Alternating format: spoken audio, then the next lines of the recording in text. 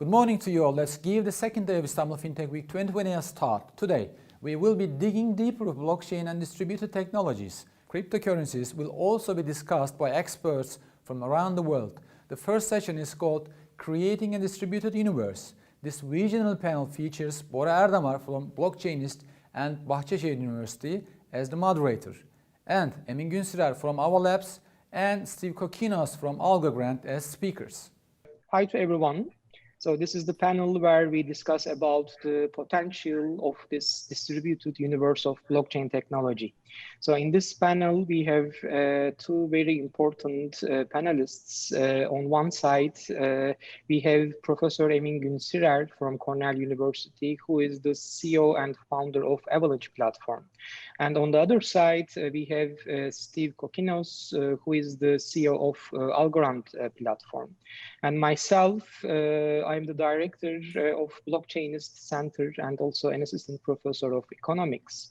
So in this panel, we will mainly discuss about the overview of this technology, and then we will focus on the potential and promises of these two very important projects, Avalanche and Algorand. So, with your permission, Steve, I would like to start with Professor Emin Gün. Could you please briefly describe us about the potential of this technology and about the status of this technology? Will it have an immense impact, do you think? Is it going on the road of the promises, or will it be a limited impact, do you think? Thank you, Bora. So let's see, the blockchain technologies have enormous potential to change the way we conduct business and the way we structure finance. It is nothing short of a giant revolutionary step for the way we build financial products and the way we reach financial products. Up until recently, the way anybody accessed the financial universe was through intermediaries. So for most of the audience listening to this in Turkey, for example, the way they accessed equities was through the equities market in Turkey. And it was very difficult, for example, to purchase equities outside of the United States, and vice versa. For Americans to invest in Turkish companies is very, very difficult. In order to buy into that market, you have to go through one of the vertically integrated, stovepiped, designated bespoke markets. This is not just true for equities. This is true for just about everything. I live in the United States, and here at some point in my life, I tried to buy Russian sovereign bonds. When Putin was trying to finance some operations, I thought, well, this is a good personal investment opportunity. And from the United States, I could not buy these financial products. They're not very complicated. They're being issued by a legitimate country. I'm in another legitimate country. You just cannot purchase into them. The reach of financial products is incredibly limited, and it almost always involves gatekeepers. And these gatekeepers bring very little value add, and despite that, they extract an enormous tax. So that is going to go away, and that going away is going to completely change the way we access financial products. At the same time, there's an enormous problem with transparency just around the world in just about every country, every society. There are problems of auditability. There are problems of lack of trust. There are people who collect money for various different purposes, and yet there is no way to trust that the money collected will actually go towards those purposes. Smart contracts are poised to completely change this. In short, what I believe is we're heading for an extinction level event for many incumbents. Many of these financial institutions that you see in the West that have grown fat because of where they sit are going to find themselves being challenged by smaller, agile startups building new products. And as I said, it's going to completely change the incumbents. It's going to provide a lot of new opportunities for small startups to come in and innovate in this exciting space. Thank you, Emin. Steve, would you like to comment on the same question?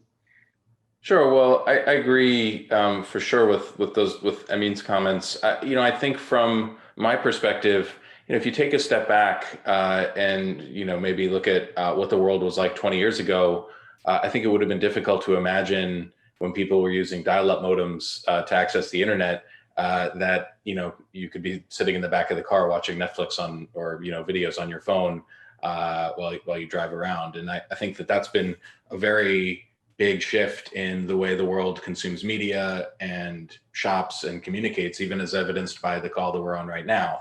And so I think really where we are is at the beginning of a pretty broad movement to reshape the world's financial systems. And I think that's needed not just because for one particular reason, but if you look, we have a much more global world. Commerce is global. People need to be able to transact with each other. And that's very difficult in a lot of ways. And then separately, for sure, there are millions, if not billions of people in the world that just don't have access to the same modern financial tools that we enjoy in places like America or broadly Western nations. And so I think bringing financial inclusion by way of new financial products and peer-to-peer transactions to many more people is really important. But then separately, just by nature of the fact that so much of economic activity happens globally today, we really need to think about how decentralized systems can bring tools to counterparties in those transactions that really have no legal or financial remedy if something goes wrong. And I think that's where there's really a big opportunity as well. So I think by all accounts, we're at the beginning of a much broader movement that will include central bank digital currencies, will include new novel forms of financial products like we're seeing in DeFi that simply couldn't exist in a traditional world. And we're going to see, I think, traditional financial institutions and payment companies, get more involved in the markets as well. So I think it'll be really exciting to see how it shapes up. But I think at the same time, we need technologies that enable, the scale of the world to start to deploy on decentralized systems. And I think until, recently that hasn't really existed. So I think we're at the start line, not the finish line. And I think it'll be really interesting to see how the world evolves over the next years. Thank you, Steve. Well, in the next question, I would like to focus on the projects. So, Emin, could you briefly describe us the status of the Avalanche project right now? In the maybe informal way to ask this, how is Avalanche going? It's going really well, thank you. Avalanche launched its mainnet finally about 3.5 weeks ago. And we are thrilled about the support that we received from the general global Avalanche community. We ended up reaching an enormous set of people in our public sale, and that was a sale that ended up involving more than 100 countries, lots and lots of diversity around the globe. I am really proud of the network that has emerged. It's a truly decentralized network with hundreds of participants in the upkeep of the ledger itself, and many more than that in terms of delegators who are delegating to validators. With that said, what I'm even more excited about is the activity that's happening on top of this new foundation that we've created. There are lots of interesting projects coming online even as we speak. There are stable coins coming on top of Avalanche. There are smart contracts being deployed that take advantage of the stable coins. And there are lots of big projects looking to move from Ethereum, where transaction fees are rather high, to Avalanche, where they're much lower and the throughputs are much, much higher. So, and the scalability of the system is much better. So I'm really excited about the activity. I'm really excited about what people see. And I'm really excited about the retention that we're getting. People who touch this new technology are immediately won over by the quick finality. So we're achieving finalities that can only be dreamed of by other projects. We're getting finalization in under a second for transactions. And we're doing this without compromising decentralization. So I'm really thrilled about where we are. There is much more to come. So as I think I said in an earlier meeting with you, there is a lot of things that we had in the pipeline. The platform was just the very first step. So we took that first step, and there are many more coming, and I'm super excited about what is to come this fall and this winter. Thank you, Emin, and we wish you the best of luck. Dear Steve, same question. Could you please briefly describe the current status of Algorand project and how is it going? Sure. Well, I think we're really excited about the progress we've made. For people that aren't that familiar with us, Algorand was based on work done by Silvio Micali, who's one of the formative cryptographers out there. And we launched about 18 months ago, and I think one of our goals has been to both launch the protocol, but also use learnings by what the market sort of suggested and the community suggested that they'd be interested in, to then continuously add to the platform. So if you look at some of the things we've added, Algorand standard assets, the ability to create fungible and non-fungible tokens in layer 1 is something that was rolled out in November of last year, along with atomic transfers, the ability to exchange assets both one-on-one or multi-asset, multi-party in a single transaction, along with both stateless and stateful layer 1 smart contracts. So in Algorand, everything we do runs at the full speed of the chain and doesn't have any performance penalty for doing that. And in terms of launches, we've been really excited by the traction and adoption partners are seeing and generating on the platform. Over the course of 2020, partners have added about 6 million addresses in terms of users on their underlying applications. We've had over 200 fungible tokens created on the mainnet, and running about 500,000 transactions a day or so against those transactions. And so I think when we kind of look across the activity that's being generated and the amount of new users that we're seeing brought on, I think we feel really good that we're addressing one of the key goals, which is bringing new users into crypto and not necessarily being as focused on some of the ones that have been there, because we think that mainstream adoption is going to need to come from new people entering and using different types of applications. I think, in terms of assets deployed, we're one of, I think, only another chain or two that has both USDC and USDT live on the platform. We're starting to see more DeFi and other interesting applications show up. So overall, we've been really encouraged by what we're seeing, and definitely there'll be more to come from us. Thank you, Steve.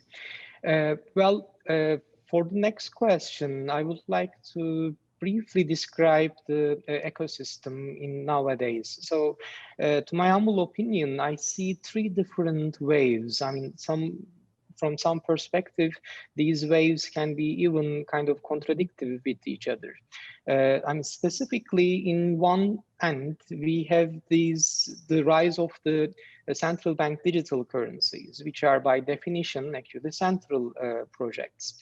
On the other end of the spectrum, we have the DeFi movement, especially this summer, 2020 summer is also called as DeFi summer, which is by definition supposed to be decentralized.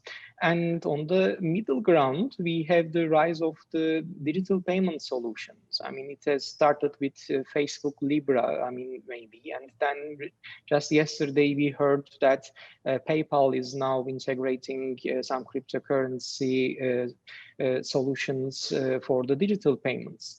And in terms of your projects, do you have any priority among these 3 waves? Or in general, do you think that they can survive altogether, or one of them will be leading? So what are your opinions and roadmaps there, dear Emin? Sure. So I don't really see this as 3 separate trends, actually. What I see is one giant trend up and to the right of adoption. What you're seeing is there's a core fundamental functionality that we're all excited about, and now slowly the rest of the world is catching up. So central bankers are now realizing the benefits of digital currencies. They have yet to scratch the surface there. And they're essentially just dipping their toe in the water. The Bank of England is just essentially taking some basic steps. You're seeing the Fed take a lot of exciting steps actually behind the covers.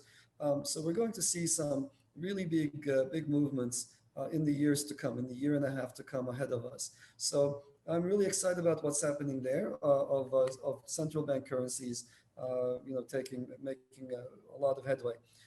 All of these systems deep down need to be decentralized.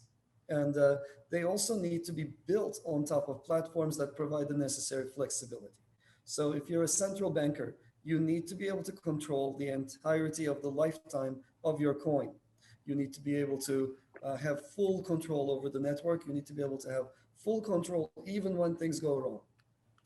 And if you look at the systems out there, there are very few that give you control over what we call the life cycle of digital assets.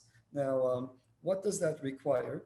It requires that you be able to define the behavior of your asset. And that's generally not so impossible if you support, like we do, if you support something like the Ethereum virtual machine, if you support a Turing complete programming platform, then you can define behaviors that you like. That's possible. But you also need to be able to control what happens inside the network once the assets have been launched. And on that front, Avalanche differs tremendously from every other chain out there in that it gives you control over participation in the network, over network members, which in turn gives you control when unexpected things happen. And unexpected things happen with regularity in the blockchain space. About every year or every 2 years or so, there is a big blow up when something goes wrong and there has to be a remedy. So central bank digital currencies is a topic I'm really excited about. And I see it coming. We all see it coming. And we have the right infrastructure on Avalanche. At the same time, and as you mentioned, on the other end of the spectrum, we have the DeFi explosion. That's also really exciting. It's a bit inward oriented. And at the moment, if you ask me, it has run its course. That is to say, the fees are so high that participation in DeFi is actually very difficult. And the usage, the knowledge required to participate in DeFi is so complicated that, you know, the audience that's watching this, they get it. I'm sure they're tech savvy enough to be able to navigate that complicated space. The young programmers who are watching us, it's not a problem for us, but it's nowhere near mass adoption. So DeFi has essentially been really exciting for a while. Everybody who could get into it already experimented with it, ran into a problem when it got popular, and now we're everybody's looking around for the next big step. And that next big step involves, I think, in my opinion, a big jump in scalability. It needs a new platform that truly scales. It needs much lower fees to make it accessible. And it needs a lot more creativity, a lot more flexibility from the underlying platform. So we're really excited because Avalanche offers all of those things. We've always been a huge supporter of innovative projects in the DeFi space.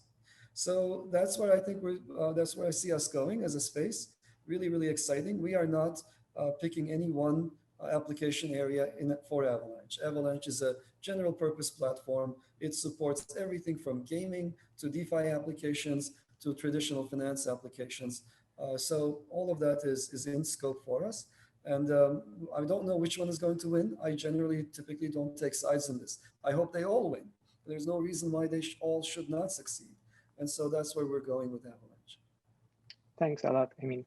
So Steve, just to remind the question again, so among these, as I described it, 3 separate waves of CBDCs, fintech companies, solutions, and DeFi movement, what is Algorand promising to us?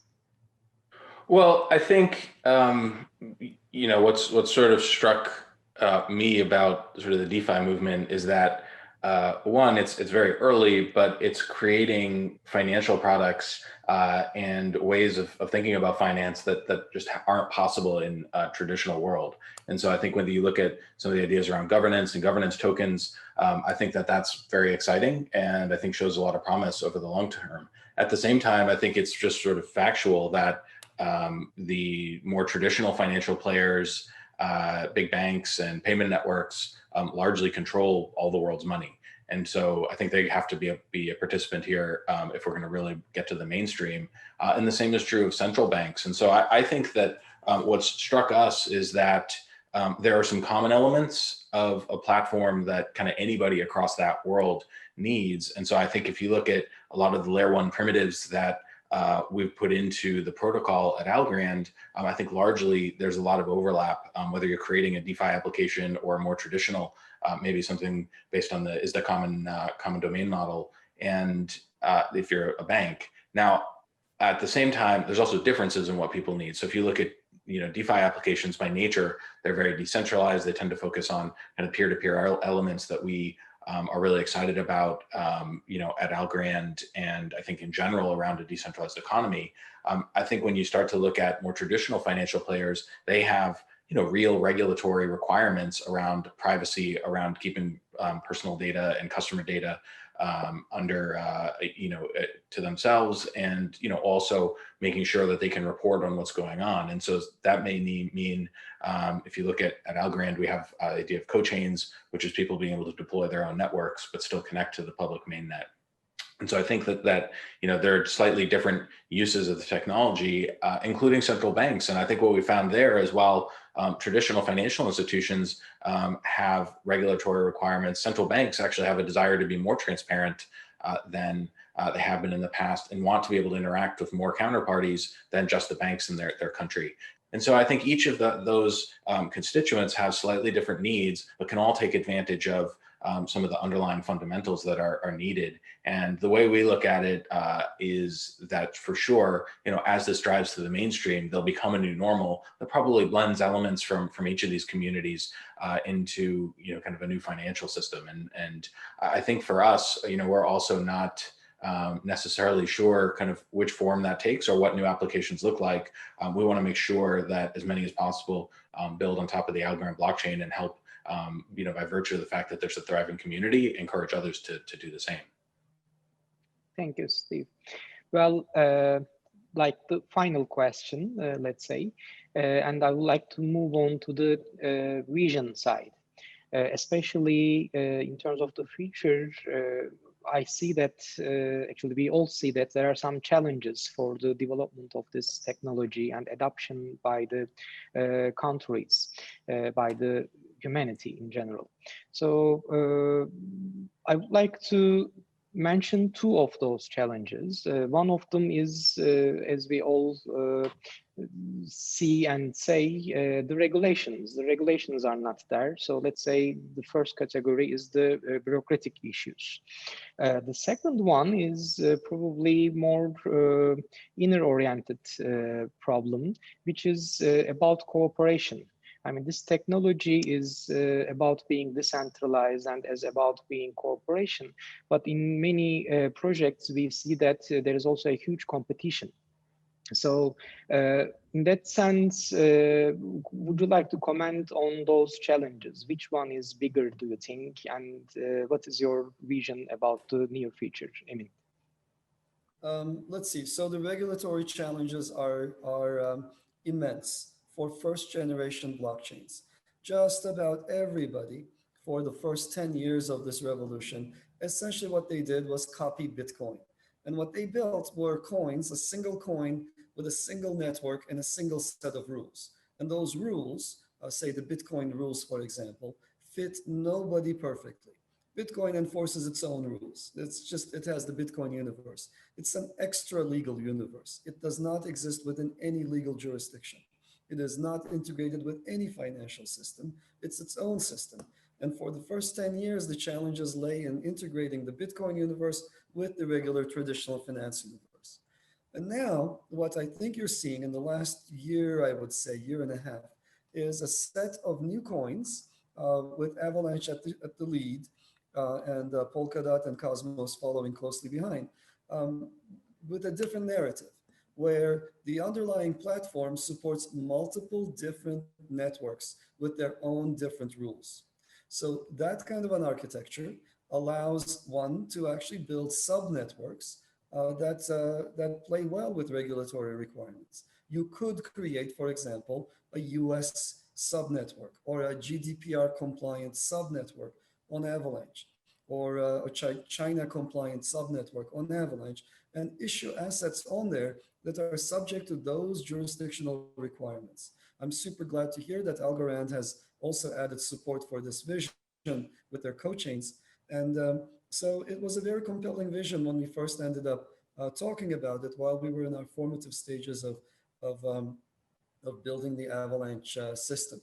So I think this is a great big enabler. Every time I talk to a large company, every time I talk to a sovereign that wants to issue centrally backed digital currencies, what I hear from them loud and clear is control over their asset and compliance with local jurisdictional rules. If you don't have a legal foundation, you've got nothing.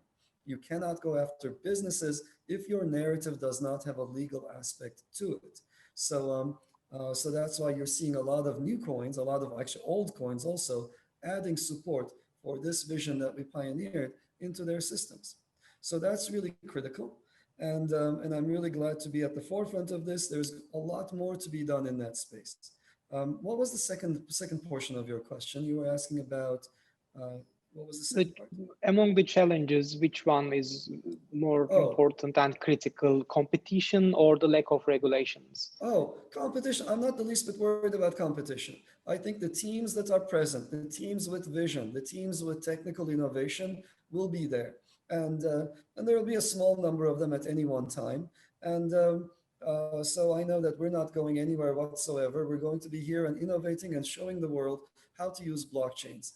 I don't believe in a one chain wins all universe. There will be many of these blockchains. Some will get very specialized for certain use cases, and they will learn to coexist with each other. So competition is not my concern at all. We always keep our eyes outside the crypto sphere, and we always try to bring in new assets and new communities into the Avalanche universe. So we have a lot of exciting things planned on this front.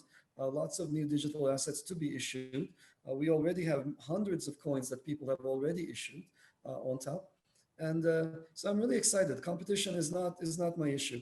That's sort of an old school style of thinking. In the first 10 years of this, you got these maximalists.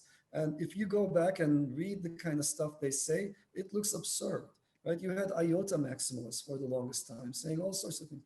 I mean, just look at the kinds of things they say and then look at what happened later on. This is going to be a very fun universe.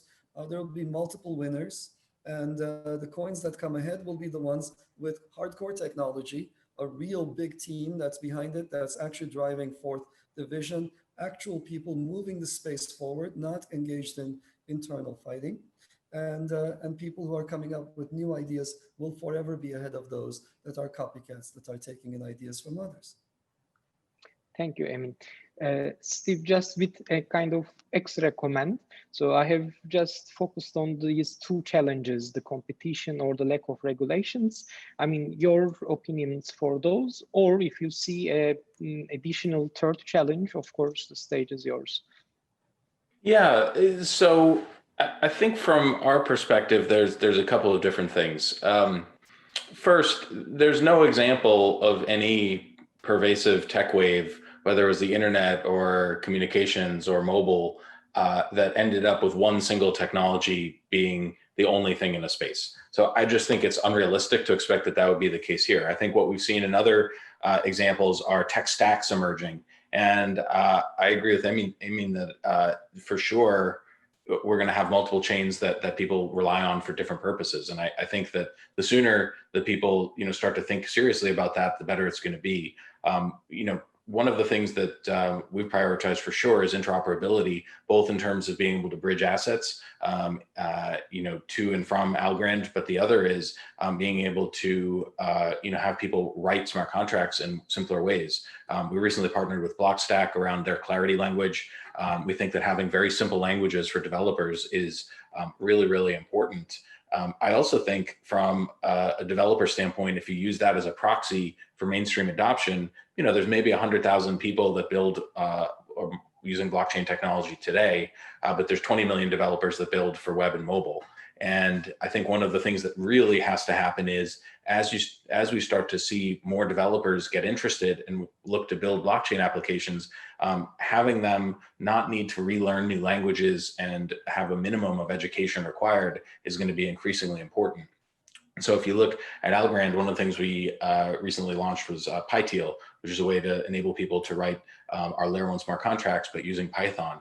If you look out in the community, Reach has developed a compiler that allows people to use JavaScript to write Layer 1 smart contracts. And so I think what we see is more and more of that is going to be necessary, because as those longer tail of developers come and the applications and the users follow them, we need to make it as easy as possible for them to come in. So I think it's less about competition with kind of existing projects and more thinking about how what are people using different platforms for? How do we encourage new developers to come in and by proxy those applications to ultimately start to take shape and onboard millions, 100 millions, billions of users like we saw over the internet and the mobile waves that have happened more recently. And I think that applies to central bank digital currencies as well. I think one of the things that, and I'd say it applies to assets of any form, which is regulations exist for a reason, which is to make sure that people are protected and that there's functioning markets in whatever jurisdiction they happen to be. And I think it's absolutely the case whether you're launching a national currency or whether you're launching you're issuing a bond or some other security, that those regulations are followed. And I think any platform that somebody's going to use to deploy an asset should be able to handle all of those requirements. I think if you look at Algorand as an example, our ASA framework, a standard asset framework, enables fungible tokens, non-fungible tokens, securities, and even the ideas of sort of clawback and freezing accounts and black and white lists. These are all things that I think as we start to see different forms of assets enter the mainstream and start to be issued on decentralized platforms that have to be accounted for. And so I think what we're really doing is laying the plumbing or laying the foundation, one, to enable people to deploy whatever form of asset they need. But then secondly, also thinking about how we make the developer experiences really simple so that, as more and more people look to develop, we can minimize the amount of time they have to spend understanding what goes on under the hood in terms of, the blockchain platforms themselves. So I think it's for sure, agree, going to be a handful of blockchains that sort of form the new infrastructure of the decentralized world. It's not going to be one, and we're happy to interoperate with anybody out there because we think that that's the right way forward and will be the best way to encourage more participation in these networks. Many thanks, Steve. Well, I think it was a very fruitful panel, and I would like to thank you both for your discussions, for your contributions, not only for this panel, but for your contributions to the blockchain ecosystem as a whole. I mean, this technology will rise on the shoulder of the giants, sorry. And for our audience, I mean, today, I mean, there will be very fruitful panels afterwards of this panel. So I would like to thank you all and have a nice day. Thank you. Thank you so much. Thank you, Bora, and thank you everyone for tuning in.